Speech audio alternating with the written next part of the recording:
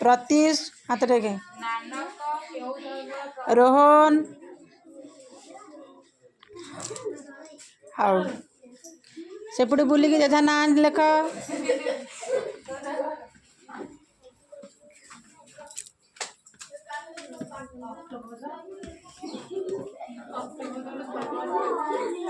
हाँ ताले लेखिल गोटे फूलर ना लेख चटापट किए फास्ट लेखुची।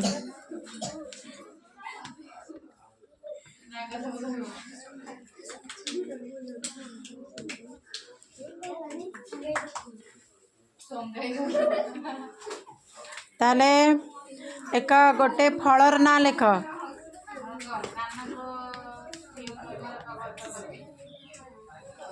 ताले प्रत्युष फास्ट है।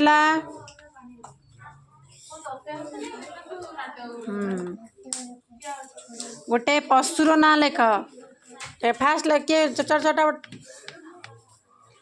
आज रोहन फास्ट है एटा लास्ट है एटा जी लिख से ही फास्ट है। गोटे परिवार ना लेख चटापट चटापट।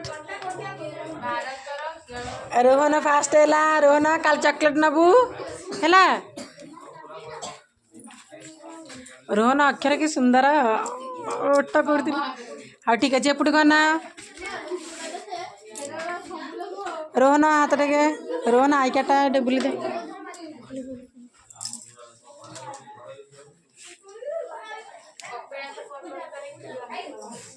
रोहन हाथ टेके।